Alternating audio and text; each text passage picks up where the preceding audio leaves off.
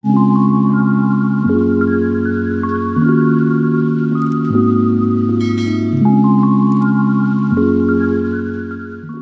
84. Pacarnya adik sepupu Peng Meng. Melihat Qinlang mendorong dirinya, bahkan tampak terkejut dan menyesal, Peng Meng seketika hilang kendali. Hatinya sekarang sangat hampa. Ini adalah ciuman pertamanya. Dia dulu sering membayangkan situasi ciuman pertamanya. Dia tidak pernah menyangka situasinya menjadi seperti ini. Dia tidak diinginkan. Orang-orang melihatnya dengan ekspresi kaku. Dagu mereka sudah hampir copot. Ada orang yang mulutnya terus mengarnga sejak melihat Peng Meng mencium Qinlang. Saat ini, air liur, syur, mengalir dari sudut bibirnya. Dia baru sadarkan diri. Apakah tadi Peng Meng menciumnya? Tanya seorang pria dengan heran sambil berbalik badan menghadap orang di sebelahnya. Ekspresi dari orang yang ditanya itu juga dengan termenung mengangguk kepala ke atas dan bawah. Meskipun di wajah mereka tidak menunjukkan apapun, tapi sekumpulan orang ini tidak ada satupun yang hatinya tidak berdarah. Hati mereka menjerit kesedihan.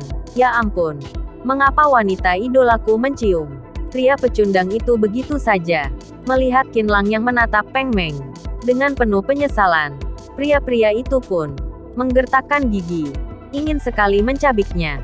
Hidup-hidup, pria ini bukannya kesenangan dicium oleh wanita idola, malah tampak menyesal dan jijik. Ini adalah kepura-puraan tidak terlihat. Untuk mereka, mereka merasa Qinlang seperti sedang berkata, lihat kalian cacing kasihan. Kalian mengejar wanita idola begitu lama. Jangankan pegangan tangan. Bahkan Peng Meng tidak pernah mengatakan satu kalimat baik kepada kalian. Sementara aku, wanita idola, kalian menciumku. Bagi aku Qinlang, wanita idola kalian ini adalah mainanku saja. Masih berani memanggilku pecundang. Kalianlah si pecundang itu. Hahaha, pecundang. Kamu tidak mau harga diri.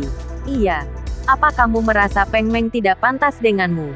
Apa maksudmu mendorongnya? Peng Meng menciummu ini karena dia menghargaimu. Kenapa kamu dikasih harga diri tapi tidak terima? Beberapa keturunan keluarga kaya ini memarahi Qinlang dengan sangat emosi. Apa yang kalian lakukan? Peng Meng berdiri di hadapan Qinlang lagi. Peng Meng, dia ini pasti sengaja melakukannya padamu, tapi kamu malah melindunginya. Seperti ini, pria muda tadi itu berbicara dengan heran sambil menunjuk Qinlang. Tidak peduli apa yang dia lakukan terhadapku. Ini adalah masalah kami berdua. Tidak ada hubungannya dengan kalian, kata Peng Meng.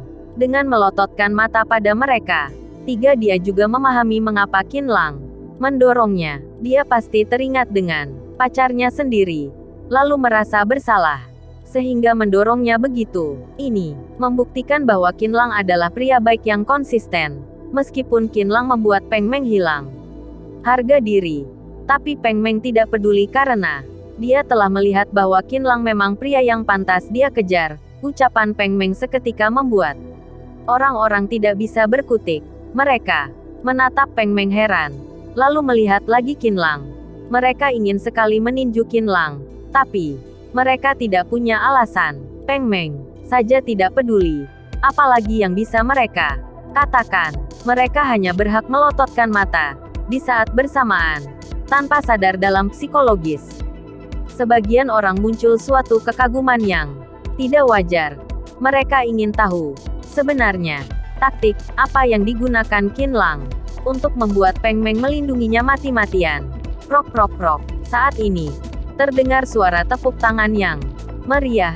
Kakak sepupuku memang berbeda dengan wanita lain. Semua orang menoleh ke belakang dan melihat seorang pria tinggi dan tampan berjalan keluar dari villa. Tubuh bagian atas telanjang dan mengenakan celana bermotif bunga. Sepasang sandal biru di kakinya. Merangkul seorang wanita dengan sosok langsing tinggi, cantik dan berpakaian santai. Pria itu adalah adik sepupu Peng Meng, Peng Nan. Acara pesta hari ini diselenggarakan oleh dia dalam rangka merayakan ulang tahunnya ke-20 tahun. Tuan Peng, aku pergi dulu ya. Setelah tiba di halaman, Wanita cantik itu tersenyum menawan pada pria itu, berkata lembut, mencium wajah Peng Nan, mengambil tasnya dan pergi dengan anggun. Kak Nan, kamu sangat hebat. Sejak aku tiba kemari kamu berada di dalam kamar terus. Setidaknya ada 1 jam ya. Kak Nan, tempat kerja wanita itu ada di mana? Bisakah kamu memberikan nomor teleponnya padaku? Segera ada beberapa pria yang mendekati Peng Nan. Peng Nan tidak mempedulikan mereka. Dia hanya tersenyum menatap Peng Meng. Kemudian berjalan ke hadapannya. Kakak sepupu, kamu terlihat semakin cantik. Tatapan mata Peng Nan tersirat nafsu. Melihat Peng Meng melemparkan wajah ke arah lain. Dengan jijik, Peng Nan baru menarik tatapannya itu. Biarkan aku lihat, siapa sebenarnya yang membuat kakak sepupuku tergila-gila. Peng Nan pun menggeser pandangannya kepada Qin Lang. Pertama-tama dia terkejut dan berseru, "Oh!" Kemudian tersenyum pelan mengamati Qin Lang. Lalu tertawa geli. Kakak sepupu, seleramu semakin lama semakin bagus ya. Pacar unggul seperti ini bisa kamu temukan, kata Peng Nan sambil tertawa. Ngejek pada Peng Meng. Semua orang dapat memahami maksud ucapan Peng Nan. Ada orang yang ikut menyambung. Ucapannya memang sangat unggul, benar. Sebentar lagi Tuan Liang juga akan tiba. Beberapa hari ini Tuan Liang berusaha keras demi mengejar Peng Meng. Jika dia datang, melihat bocah ini adalah pacarnya Peng Meng, dia pasti akan langsung menghajarnya. Benar juga, temperamen Tuan Liang sangatlah buruk. Bocah ini akan sangat sial. Haha, Peng Meng tertawa pelan. Dia melirik orang sekitar. Takutnya Liang Hui tidak akan datang. Dia sekarang sedang terbaring di rumah sakit. Saat itu Liang Hui ditabrak kuat oleh Qin Lang. Mendengar ucapan Peng Meng, orang-orang berbondong-bondong menunjukkan ketidakpercayaannya. Kakak Nan, Tuan Liang dia akan datang. Kan, ada orang yang bertanya balik pada Peng Nan. Peng Nan dan Liang Hui berada di posisi tertinggi di antara sekelompok orang ini. Mereka adalah sobat terbaik. Peng Nan pasti mengetahui kondisi Liang Hui. Dia tidak akan datang, ujar Peng Nan. Beberapa hari yang lalu dia mengutarakan perasaan pada kakak sepupu, lalu ditabrak oleh seorang pria muda hingga mobil terbalik. Lukanya tidak ringan. Dia sekarang masih terbaring di rumah sakit. Semua orang terkejut. Siapa yang berani-beraninya menabrak mobil Liang Hui? Dia tidak tahu bahwa Liang Hui bisa saja memanggil para gangster. Astaga. Kakak Nan, apakah kamu tahu siapa yang melakukannya? Berani-beraninya menabrak Tuan Liang. Apa? Dia tidak mau hidup lagi. Mari cari waktu untuk menjenguk Tuan Liang. Lihat apakah ada yang perlu dibantu. Baik. Sementara ini meski Liang Hui terbaring di rumah sakit, tapi dia sedang menyelidiki orang itu. Jika bocah itu sudah ketemu dia pasti akan memanggil kalian. Selesai Peng Meng mengatakannya, tatapan matanya berpindah pada Qin Lang dan tersenyum pelan. Sobat, kamu juga ingin bermain dengan kakak sepupuku? Hah, sebaiknya kamu uji apakah kamu memiliki kemampuan itu. Aku sarankan kamu segera menjauh dari kakak sepupuku. Jika tidak, begitu sobatku keluar dari rumah sakit, kamu akan habis. Sudah selesaikah kamu bicara? Peng Meng mendorong Peng Nan dengan tatapan kesal. Dia ingin sekali memberitahu orang-orang bahwa Qin Lang adalah orang yang menabrak Liang Hui hingga terbalik itu. Tapi sekarang dia tidak bisa mengatakannya, karena akan membuat masalah pada Qin Lang. Baik, aku tidak bicara. Peng Nan mengangkat tangan, lalu melangkah mundur. Tapi dia terus menatap Qin Lang dengan tatapan dalam dan penuh dengan hina. Saat ini, Peng Nan mengangkat telepon. Lia, kamu sudah tiba di depan gerbang ya? Baik, aku jemput kamu. Semuanya lanjutkan bermain. Aku pergi jemput pacarku dulu, ujar Peng Nan kepada orang-orang setelah menutup telepon. Pacar kakak Nan, Sueli adalah seorang wanita cantik. Rupanya seperti Sora Aoi. Kali ini aku bisa bertemu dengannya lagi, kata seorang keturunan keluarga kaya sambil membayangkannya. Cih, aku sudah mencampakkan Sueli itu sejak awal. Aku bosan setelah bermain dengannya beberapa kali, kata Peng Nan dengan jijik. Astaga, wanita cantik seperti Sora Aoi. Kakak Nan bahkan bisa merasa bosan. Hebat sekali. Bagian tubuh yang seharusnya besar. Memang besar. Wajah seperti anak-anak. Merintih dengan intonasi. Memang ada apanya. Setelah kalian menemukan pacar seperti itu, bermain beberapa kali, maka kalian akan tahu sebenarnya begitu saja, kata Peng Nan. Berbicara tanpa mengubah ekspresi. Melihat pria lain terkejut dan dalam tatapan mata mereka tersirat kekaguman. Peng Nan jadi merasa bangga dengan dirinya sendiri.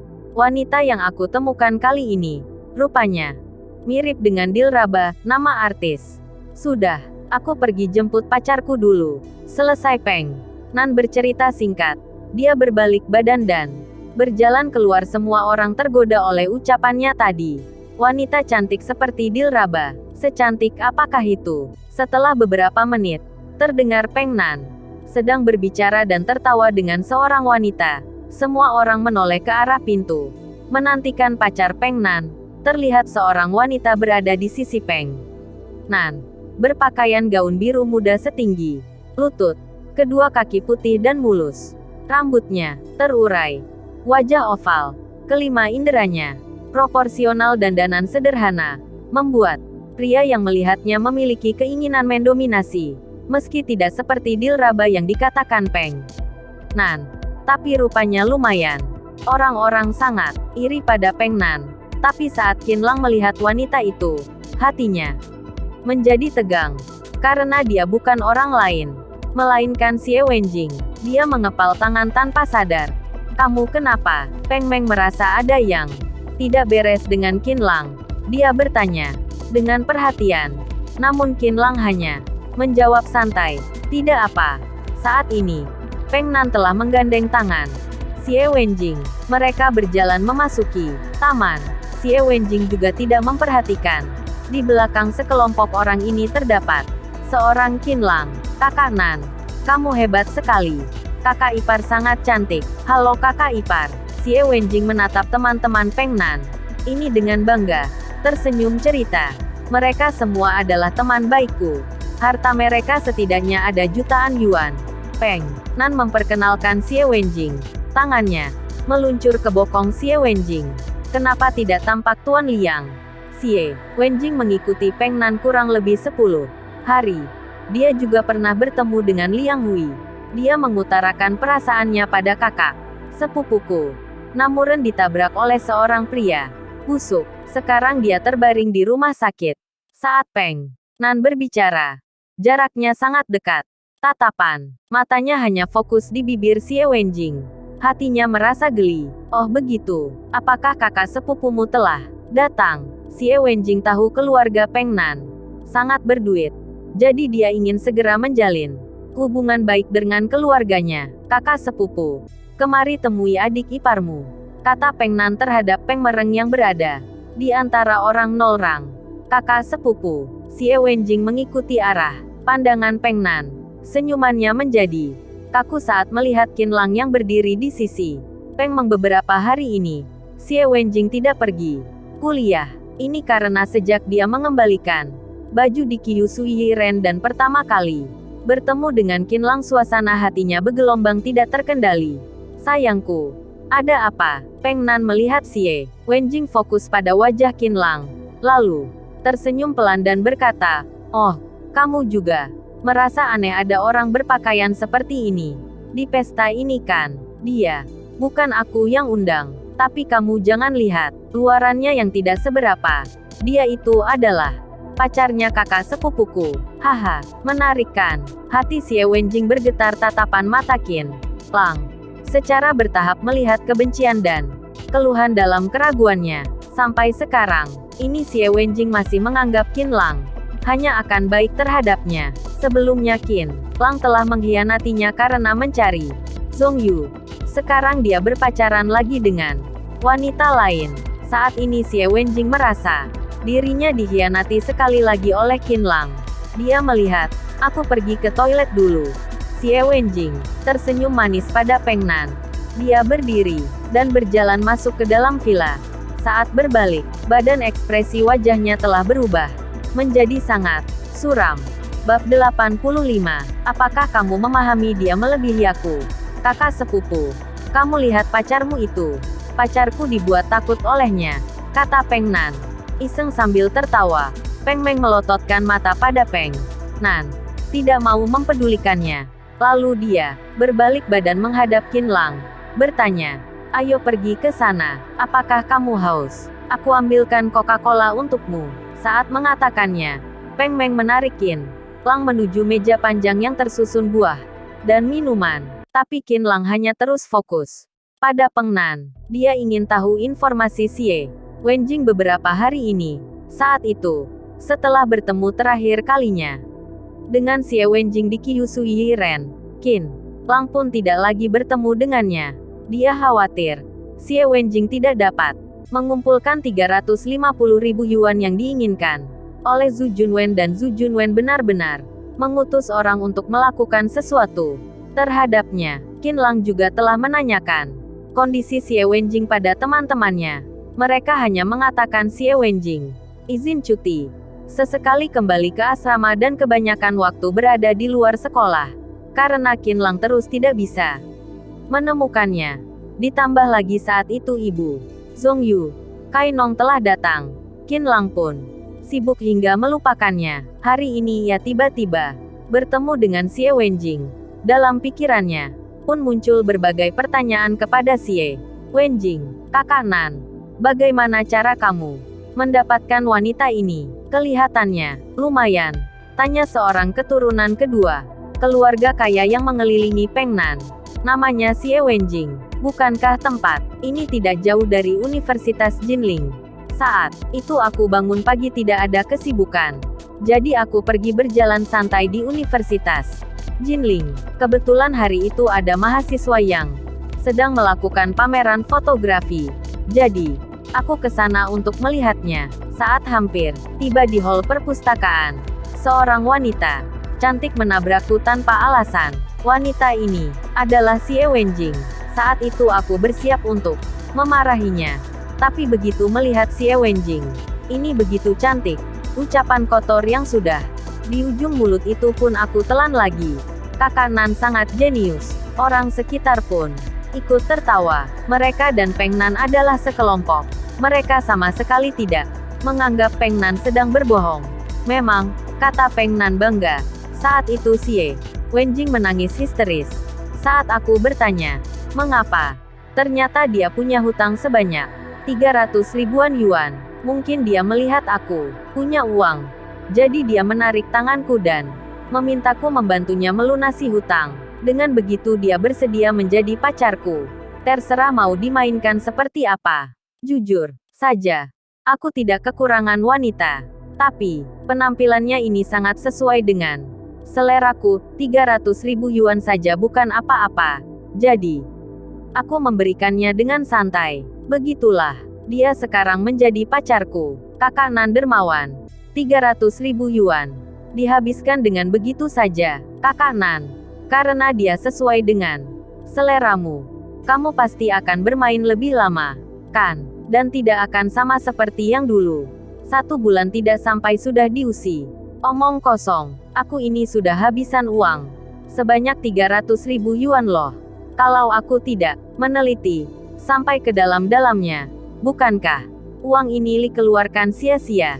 Meski Peng Nan adalah keturunan kedua orang kaya, tapi dia menghabiskan uang juga sangat jeli. Aku sekarang belum pernah bermain secara langsung dengannya, tapi lauk enak tidak akan takut kemalaman. Belakangan ini aku akan menambah kecepatan dan mencoba banyak gaya bersamanya. Qin Lang yang mendengar ucapan Peng Nan ini seketika mengerutkan kening. Aku pergi ke toilet. Qin Lang berbicara pada Peng Meng, lalu berbalik badan dan masuk ke dalam villa Peng Meng. Aku merasa Qin Lang dan wanita bernama Xie Wenjing itu sangat aneh, kata Gu Saheran sambil menatap Peng Meng. Peng Meng tidak berbicara. Dia hanya menatap bayangan punggung kepergian Qin Lang. Di dalam toilet, Xie Wenjing bersandar di dinding. Pikirannya kosong. Tadi dia dan Qin Lang saling memandang. Kenapa Qin Lang dan kakak sepupu Peng Nan bisa bersama? Apa yang dipikirkannya tadi? Dulu Qin Lang bisa tiba-tiba punya banyak uang. Apakah karena ada hubungannya dengan kakak sepupu Peng Nan? Penglihatan Xie Wenjing yang tidak jelas itu melihat seseorang muncul dari cermin. Dia bergegas mengendalikan suasana hati dan sikapnya. Tersenyum kepada orang yang datang itu dan sadar orang itu adalah Qin Lang. Senyumannya itu seketika menjadi kaku. Dia memeluk lengannya, bersandar kembali ke dinding dengan tidak peduli. Mulutnya bergumam pelan, pecundang busuk. Qin Lang menghela nafas. Beberapa hari ini, Xie Wenjing tidak berubah sama sekali. Dia berjalan menuju sisi Xie Wenjing. Awas, apa kamu tidak tahu kamu bau? Kata Xie Wenjing jijik. Sekarang dia bisa memarahi Qin Lang. Ketidaksenangan dan kepenatan dalam hati berkurang sedikit. Aku akan pergi selesai aku bicara. Qin Lang tahu Xie Wenjing sekarang sama sekali tidak ingin melihatnya. Peng Nan bukanlah orang yang baik. Sebaiknya kamu meninggalkannya secepat mungkin.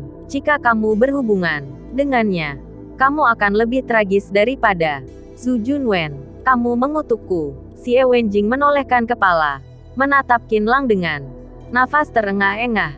Kamu masih berani berbicara begitu padaku? Kamu sendiri berpacaran dengan kakak sepupu Peng Nan. Peng Nan bukan orang baik, maka kakak sepupunya juga bukan orang baik. Kamu salah paham. Aku berniat baik mengingatkanmu. Selain itu, aku bukan pacarnya Peng Meng, ujar Qin Lang. Kamu licik. Xie Wenjing sama sekali tidak percaya pada Qin Lang tadi saat di taman. Kenapa kamu tidak bicara kalau kamu bukan pacarnya Peng Meng? Jangan kira kamu bisa membohongiku. Sebelumnya kamu menyumbang 10 juta yuan dan juga toko Qiu Sui Ren. Itu semua berkat koneksi dari Peng Meng. Kan, kamu itu pria pecundang. Peng Meng memeliharamu.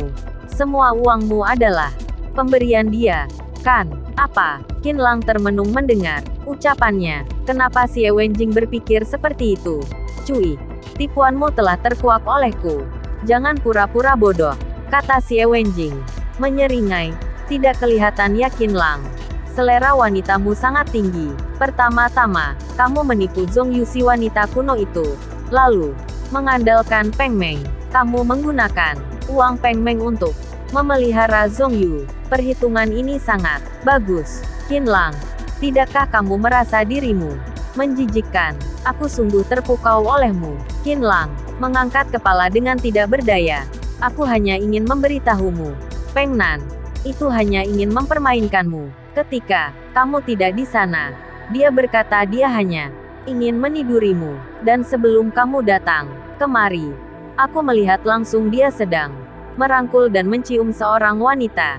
Lalu kenapa? Kata Xie Wenjing dengan santai dan ini langsung membuat Qin Lang membisu. Intinya, aku tahu Peng Nan hanya ingin bermain denganku, tapi dia memang telah membantuku melunasi hutang dan membelikanku pakaian yang bagus, juga kosmetik. Ini semua sudah cukup. Tentu saja, dia memang mempermainkanku, tapi bukankah aku sendiri juga sedang memanfaatkannya? Apalagi jika aku menikah dengannya. Seketika aku berubah menjadi nyonya kaya. Meski aku tidak menikah dengannya, aku juga tidak perlu takut. Dia membawaku untuk berkenalan dengan begitu banyak keturunan kedua, keluarga kaya. Aku tidak percaya aku tidak bisa menaklukkan satu pria. Aku cukup dapatkan satu dan kedepannya aku akan hidup enak.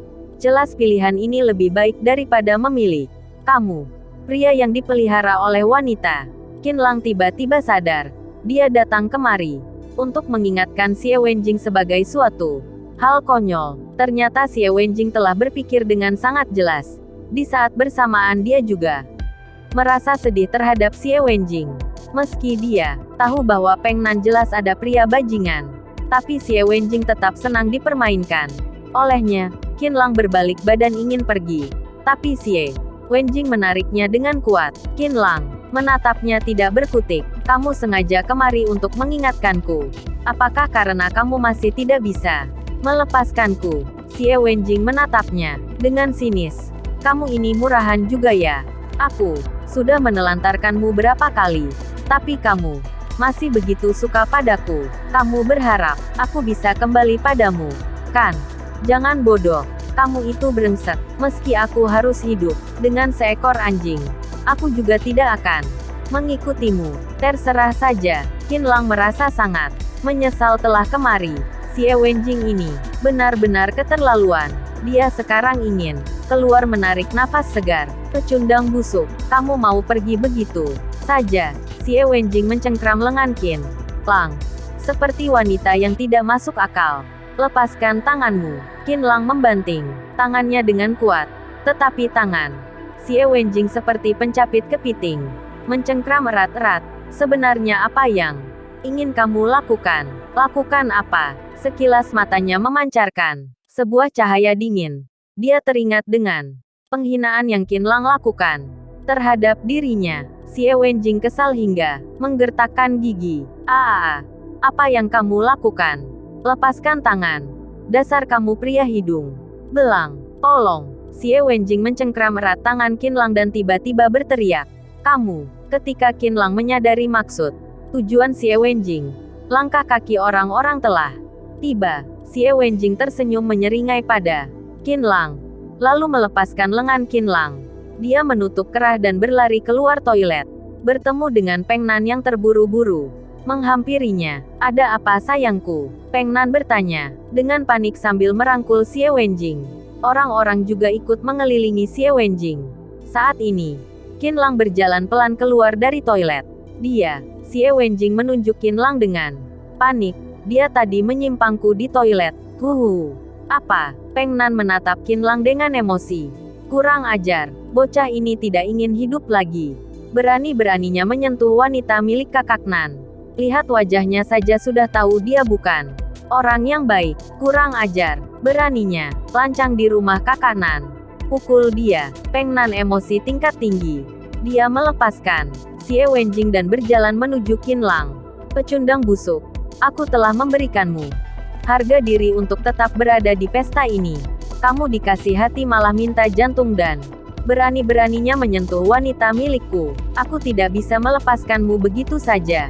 Orang sekitar melipat tangan, menonton Peng Nan dan Qinlang, mengharapkan adegan pukul Peng Nan terhadap Qinlang. Peng Nan telah mengepalkan tinjunya dan di detik selanjutnya akan melayang di wajah Qinlang. Jangan sentuh dia. Saat ini, dari belakang tubuh Peng Nan terdengar suara nyaring. Peng Nan menolehkan kepala, melihat orang-orang membuka jalan dan Peng Meng berjalan mendekat dengan ekspresi serius. Peng Meng menatap Peng Nan. Dia selangkah demi selangkah berjalan ke antara Peng Nan dan Qinlang, lalu berdiri di depan Qinlang, menatap Peng Nan. Apa maksudmu? Tanya Peng Nan dengan tidak senang. Dia milikku. Kamu tidak boleh melakukan apa pun terhadapnya. Ucapan Peng Meng ini sangat jelas. Dia melakukan sesuatu pada pacarku. Aku tidak boleh memukulnya, kata Peng Nan dengan emosi kesal. Qinlang, apakah kamu menyentuhnya? Peng Meng tetap menatap Peng Nan. Dia bertanya pada Qinlang tanpa menolehkan kepalanya. Tidak ada. Aku tidak melakukan apapun padanya. Dia yang berbohong. Qinlang berkata sambil melihat si Wenjing. Wanita ini sangat beracun. Pacarku telah berkata, dia tidak melakukannya, kata Peng Meng dingin. Apa kamu tidak mendengar ucapan pacarku? Qinlang telah melakukan sesuatu padanya. Jika dia berkata jujur, berarti pacarku berbohong, kata Peng Nan dengan tegang. Bahkan air liur pun muncrat. Kamu boleh percaya padanya, tapi kamu tetap tidak boleh menyentuh Qinlang. Nada bicara Peng Meng dari awal hingga akhir sangat dingin. Orang yang mendengarnya tidak berani memberi balasan. Peng Meng, teriak Peng Nan. Dia kesal hingga wajahnya memerah. Posisi Peng Meng di keluarga lebih tinggi. Dia tidak bisa melawan Peng Meng. Pada akhirnya dia hanya bisa menunjuk Peng Meng dengan jari telunjuknya. Baik, kamu hebat. Kamu jago. Kali ini Peng Nan seperti tangki besin. Tekanan dalam dadanya sangat kuat. Kakak sepupu Peng Meng, kamu ini keterlaluan. Saat ini, si Wenjing buka suara. Dia tersenyum dingin melihat Peng Meng. Dia bilang dia tidak menyentuhku. Lalu kamu Percaya, kamu baru pacaran dengannya beberapa hari. Apakah kamu lebih memahami dia daripada aku? Aku sudah bersamanya lebih dari 1 tahun. Xie Wenjing melihat Peng Meng yang melindungi Qinlang. Dia emosi seketika. Dia tidak berharap Peng Meng bersikap baik pada Qinlang. Xie Wenjing ingin merusak hubungan mereka agar putus dan tidak pernah baik lagi. Lebih baik lagi jika Peng Meng dan dia bisa bersatu untuk balas dendam pada Qinlang. Bab 86. Dia miskin. Begitu Xie Wenjing mengatakannya, semua orang terkejut. Apakah itu berarti Xie Wenjing pernah pacaran dengan Qinlang? Sayangku, pacar tak berguna yang pernah kamu ceritakan itu dia, tanya Peng Nan, kegirangan sambil berjalan mendekati Xie Wenjing. Iya betul, kata Xie Wenjing sambil melihat Qinlang dengan sinis. Haha, Peng Nan akhirnya bisa meluapkan emosinya. Dia tertawa terbahak-bahak dan berjalan dengan sombong di hadapan Peng Meng. Kamu masih belum tahu pacar unggul apa yang kamu dapatkan ini, kan? Aku beritahu kamu, dia bawa pacar keluar, pergi belanja telur, kalengan, atau biskuit lalu pulang, beli kosmetik yang murahan, buka kamar mungkin hanya bisa sewa yang 100 yuan. Dia sehebat ini. Kamu yakin mau menjadikannya dia sebagai kesayangan? Tawa Peng Nan angkuh. Dia melihat ekspresi Peng Nan yang mulai suram dan hati Peng Nan semakin girang. Itulah, Xie Wenjing juga berjalan ke sisi Peng Meng dan Qinlang. Dia tertawa sinis. Melihat Qinlang, pecundang busuk ini dulu mengikutiku seperti seekor anjing. Begitu pulang sekolah langsung berlari ke hadapanku, menemaniku ngobrol, bercanda. Ada suatu hari, aku sakit dan terbaring di asrama. Aku tidak mengatakan padanya. Namun dia datang dan mengantarkanku makanan selama sebulan. Pada akhirnya dia kelelahan hingga terbaring lemas di asrama selama setengah bulan. Peng Meng meski penyabar, tapi kali ini dia sungguh emosi. Awas kalian, duh, kakak sepupu, sifatmu buruk sekali. Saat ini, suasana hati Peng Nan semakin membaik. Dia berjalan santai ke hadapan Peng Meng. Yang kami katakan itu kenyataan. Jika kamu tidak percaya coba saja tanya pacarmu. Apakah benar ada kejadian ini? Peng Meng hanya menatap dingin Peng Nan dan Xie Wenjing. Dia tahu Qinlang sangat miskin. Ucapan Xie Wenjing bisa jadi ada benarnya. Tapi, sebagian besar pasti telah ditambah bumbu. Dia percaya pada Qinlang. Malam itu, pria penuh gairan, yang berani menabrak mobil hingga terbalik itu, pasti tidak seperti yang dikatakan. Xie Wenjing, kakak sepupu, apa kamu masih tidak percaya? Xie Wenjing berbicara sambil mengeluarkan ponsel. Obrolan kami saat itu masih kusimpan. Tentu saja, kamu jangan salah paham. Aku bukannya masih memikirkan kebaikannya, melainkan hanya ingin mengingatkan diri sendiri. Jangan pernah mau. Dengan pria miskin ini, aku akan membacakan apa yang Qinlang katakan padaku waktu itu. Saat mengatakannya, Xie Wenjing mengeluarkan ponsel dan membuka kolom obrolan dengan Qinlang, lalu membacakannya. Wenjing, apakah kamu sudah tidur? Bukankah kamu bilang ingin makan mie dingin panggang? Kaki 5 di luar sekolah sudah tutup. Jadi aku naik bus pergi ke Yuhuatai untuk membelinya. Sekarang aku baru pulang. Jika kamu belum tidur, aku akan meminta orang untuk mengantarkannya untukmu. Wenjing, aku masih kekurangan uang untuk membelikan kosmetik yang kamu inginkan. Tapi kamu jangan khawatir. Aku pasti akan membelikannya untukmu. Setelah gajiku sudah diberikan, aku akan segera membelinya. Wenjing, kamu bilang kamu sudah bosan makan di kantin ya? Malam ini aku ajak kamu makan di kaki 5 ya. Di situ ada sebuah rumah makan yang menjual mie. 3 hari ini sedang mengadakan promosi 20% loh. Peng Nan bersama orang sekitar berdempetan pada Xie Wenjing. Bergegas ingin melihat ponsel Xie Wenjing. Mendengar Xie Wenjing membacakan pesan itu, orang-orang ini tertawa lebar. Saat Xie Wenjing membacakan pesan-pesan ini, tatapan matanya hanya tertuju pada wajah Qinlang. Dia melihat ekspresi wajah Qinlang semakin serius. Xie Wenjing pun semakin senang. Qinlang sedih. Tentu saja dia bukan menyesal karena pernah mengirimkan pesan itu kepada Xie Wenjing, karena saat itu mereka sedang masa-masa panasnya berpacaran. Qinlang mengirimkan pesan itu dari hati tulusnya, meski kelihatannya sangat lucu. Hal yang membuat Qinlang marah adalah semua pesan ini adalah bukti dan kenangan atas hubungan mereka. Dia tidak mengerti mengapa Xie Wenjing mau mempublikasikan ini dan menjadikannya untuk melukai dirinya. Tatapan mata sinis Xie Wenjing itu, serta setiap kata yang keluar dari mulutnya, bak pisau yang menusuk hati Qinlang. Sini, kita lihat sendiri. Seorang keturunan kedua keluarga kaya mengambil ponsel Xie Wenjing dan mereka bergiliran membaca sejarah obrolan mereka. Wenjing, aku rindu padamu hingga tidak bisa tidur. Apakah kamu sekarang juga rindu padaku?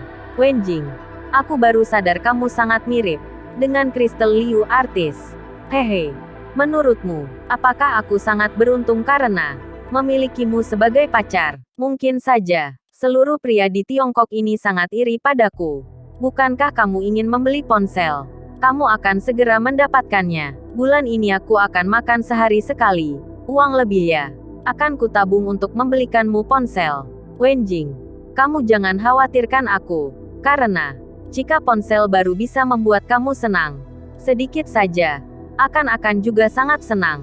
Astaga, bisa-bisanya dia berbicara seperti itu. Menjijikkan sekali. Astaga, ini membuat bulu romaku berdiri semua.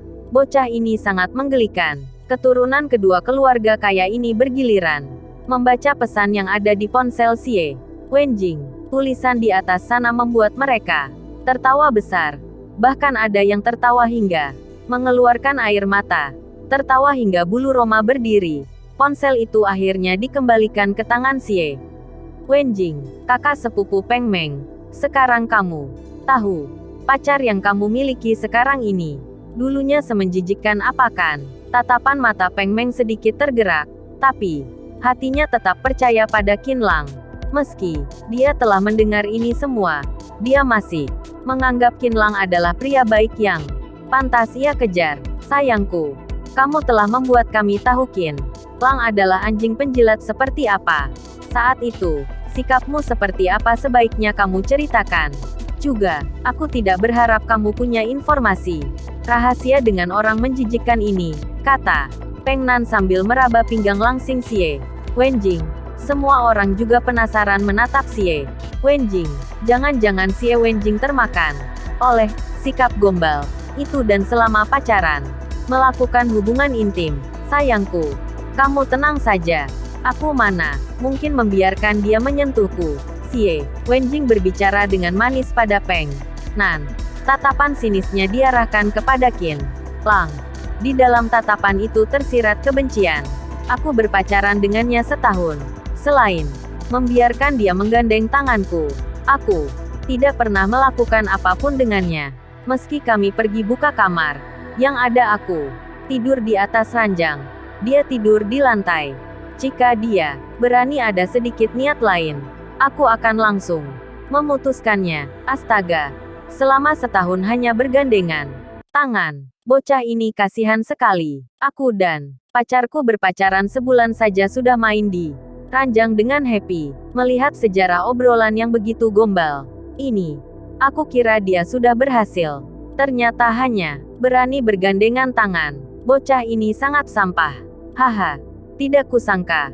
Kukira bocah ini ahli di bidang menggoda wanita. Ternyata dia hanya pemalu dan penggombal. Peng Nan merangkul Xie Wenjing dengan bangga sambil tertawa sini. Melihat Qinlang, bocah lihat baik-baik ya. Bukankah kamu dan Xie Wenjing berpacaran? Setahun hanya bisa bergandengan tangan. Aku baru setengah bulan saja loh. Saat mengatakannya, Peng Nan menundukkan kepala menatap Xie Wenjing. Dia merangkul pinggangnya. Mari, sayangku. Peng Nan menundukkan kepala mencium Xie Wenjing. Tangannya masih bermain di pinggang dan bokong Xie Wenjing. Terdengar juga suara ciuman. Ciuman ini berlangsung kurang lebih 10 detik. Xie Wenjing menghapus air liur di mulutnya dengan pelan, lalu menatap malu pada Peng Nan. Teknik ciuman sayangku memang luar biasa. Sayang sekali. Seseorang telah menjadi penggombal selama setahun tapi tidak bisa merasakannya. Selesai Peng Nan mengatakannya, dia menatap kembali Peng Meng dan meremehkan. Oh kakak sepupuku, aku akui kamu memang lebih jago dalam berbisnis. Tapi seleramu pada pria, aku sebagai adik sepupu tidak berani komentar. Kamu mencari seorang yang tidak punya uang, miskin, namun masih menganggapnya sebagai harta. Sungguh memalukan. Saat ini Peng Meng sangat marah. Dia tidak percaya Qinlang seperti yang mereka deskripsikan. Dia pun menolehkan kepala, melihat Qinlang, bertanya dengan suara pelan. Apakah yang mereka katakan itu benar? Meskipun ada obrolan pesan, Peng Meng tetap tidak mau percaya. Dia merasa Qinlang pasti memiliki alasan tersendiri. Asalkan Qinlang tidak mengakuinya, Peng Meng pasti akan berada di pihaknya. Qinlang tidak berbicara. Dia hanya menatap ringan Peng Meng. Seketika hati Peng Meng sangat sakit. Dia tahu bahwa Qinlang telah mengakuinya. Apakah kamu punya alasan tersendiri? Mata Peng Meng berbinar. Dia mengharapkan pembelaan diri dari Qinlang itu sendiri. Tidak ada. Qinlang hanya menyebutkan dua kata ini. Arah matanya sedikit turun. Saat muda, siapa yang tidak pernah mencintai? Pecundang. Qinlang bukannya tidak ingin menangkal dirinya saat itu. Selain itu dia juga tidak ingin Peng Meng terjebak semakin dalam pada dirinya. Melihat tatapan mata Peng Meng, dia berfirasat sangat bahaya. Peng Meng menggigit bibir, menatap Qinlang. Kesal. Cahaya dari matanya semakin jelas. Tanggapan Qinlang ini sulit membuatnya mengerti sifat asli Qinlang. Bukan hanya begitu. Setelah itu aku yareng memutuskannya. Saat itu ekspresinya seperti memakan kotoran, kata Xie Wenjing sambil tertawa sinis. Setelah kuputuskan dia masih mengikutiku seperti anjing. Dia memohon padaku untuk balikan, tapi aku tidak mempedulikannya. Xie Wenjing melihat situasi sekarang berjalan sesuai harapannya. Melihat ekspresi kecewa Qinlang, suasana hatinya semakin senang. Dia harus berusaha lagi agar Peng Meng dapat menolak Qinlang. Dengan begitu, Peng Meng tidak akan membiayai Qinlang lagi. Qinlang tidak punya uang. Hubungannya dengan Zhong Yu juga tidak akan bertahan hingga pada akhirnya Qinlang akan terhianati oleh semua orang dan kembali menjadi si orang miskin yang tidak punya apa-apa. Demi bisa balikan denganku, dia berusaha menunjukkan kebolehannya di sekolah, berpakaian bagus dan mentraktirku makan di restoran Sofitel Galaxy, menyumbangkan uang kepada rakyat miskin di pedesaan untuk mendapatkan hatiku lagi. Dia juga membelikanku banyak pakaian dan membawaku ke bar Yuruo, minum anggur hingga aku mabuk dan ingin buka kamar di hotel. Ini semua adalah perbuatan buruk yang dilakukan oleh pria busuk ini. Jika bukan karena aku punya tindakan pencegahan, pasti aku sudah terjerumus di dalamnya, ujar Xie Wenjing dengan ucapan tajam sambil menunjuk Qinlang. Sadis sekali. Bocah ini harus segera dilaporkan dan biarkan dia masuk penjara. Wah, bocah ini luar biasa. Jago, ya. Semua orang berbondong-bondong menyebut. Qinlang tidak tahu malu. Hati Qinlang dingin seperti berada di kutub utara. Demi bisa membalas dendam, Xie Wenjing menyebutkan hal-hal yang ada dan tidak ada, atau bahkan membalikkannya. Di bar Yuruo, jelas-jelas Xie Wenjing yang menariknya pergi ke toilet. Apakah yang dia katakan itu benar? Tanya. Peng Meng sedikit bergetar. Air mata mengalir dari satu matanya dan satu lagi. Dua aliran air mata mengalir bersama, menghancurkan hati Qinlang. Dia tidak bisa membiarkan Peng Meng jatuh lebih dalam lagi. Qinlang hanya terdiam melihat Peng Meng, tidak mengatakan apapun, tapi hatinya juga ikut menderita sama seperti Peng Meng.